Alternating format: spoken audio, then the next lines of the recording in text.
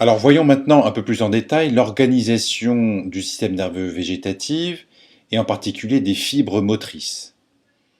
Il s'agit d'un modèle à deux neurones. Si l'on reprend ce schéma de l'organisation du système sympathique, eh bien, on voit que les neurones sympathiques naissant de la zone viscéromotrice vont emprunter la racine antérieure du nerf spinal, puis le nerf spinal, et se joindre à la chaîne latéro-vertébrale par le rameau communicant blanc, car ces neurones sont myélinisés. De là, le neurone peut poursuivre son chemin en passant par les nerfs splanchniques et faire le relais avec le deuxième neurone au niveau du ganglion préviscéral. De là, le deuxième neurone, qui est considéré comme le véritable neurone effecteur viscéral, eh bien, va venir innerver le viscère en question. Ce ganglion est donc très proche de l'organe qui l'innerve. Le premier neurone est donc un neurone connecteur. C'est le neurone préganglionnaire dont le corps est situé dans la moelle épinière. Le neuromédiateur entre le premier et le deuxième neurone sympathique est de l'acétylcholine et le dernier neuromédiateur est de la noradrénaline au niveau de l'organe qui l'innerve. Le deuxième trajet possible de ces fibres sympathiques est, une fois être passé par le rameau communicant blanc, de se relayer immédiatement dans la chaîne sympathique latérovertébrale avec son deuxième neurone qui, cette fois-ci, va revenir par le rameau communicant gris dans le nerf spinal.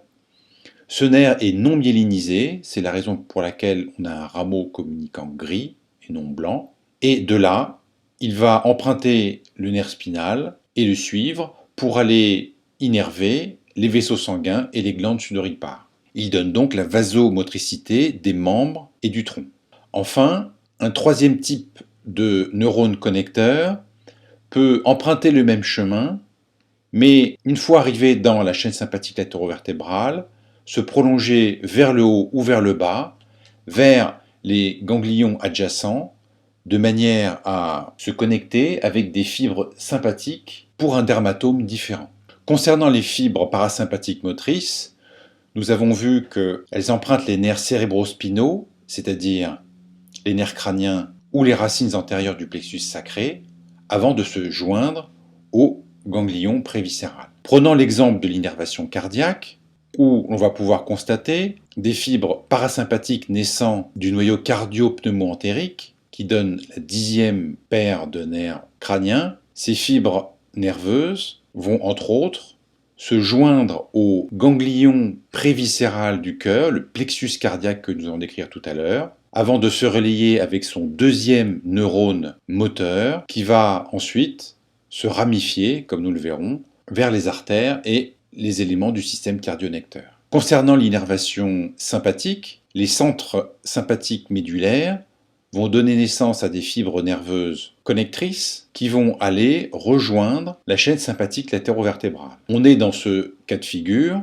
où les fibres nerveuses vont aller innerver le cœur ou les vaisseaux sanguins, et donc il va y avoir une connexion de cette fibre nerveuse avec le deuxième neurone du système dans la chaîne sympathique latérovertébrale, c'est-à-dire ici, dans cette zone qui a été agrandie, et de là, le deuxième neurone va aussi passer par le ganglion préviscéral, mais ne va pas faire une connexion, puisque nous avons déjà le neurone moteur, et après avoir transité par ce ganglion préviscéral, ou plexus cardiaque ici en l'occurrence, eh bien, va venir innerver le cœur. Alors voici résumé dans ce tableau les différentes actions du système végétatif, sympathique et parasympathique. Globalement, le système sympathique entraîne une accentuation du fonctionnement des organes, c'est-à-dire qu'il va entraîner une tachycardie au niveau du cœur, une augmentation de la pression artérielle, une augmentation des contractions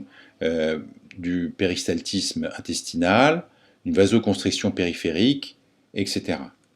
Le système parasympathique a une action inverse. Au niveau du cœur, il va entraîner un ralentissement de la fréquence cardiaque. S'il existe un déséquilibre entre ces deux systèmes, eh bien, vous voyez ce qui peut se passer au niveau du cœur. Imaginons que l'action du système sympathique devient brutalement trop faible, ou bien l'action parasympathique s'accentue brutalement. Eh bien, cela peut entraîner un ralentissement brutal de la fréquence cardiaque. C'est ce qu'on appelle un malaise vagal, pouvant d'ailleurs aboutir à une perte de connaissance transitoire, voire une syncope. Chez ces patients, si vous prenez la tension artérielle, vous verrez qu'elle est nettement diminuée, de même que la fréquence cardiaque. Ce malaise vagal est donc en rapport avec une hyperactivité du nerf vagal ou dixième paire crânienne, hyperactivité relative par rapport à l'action du système sympathique.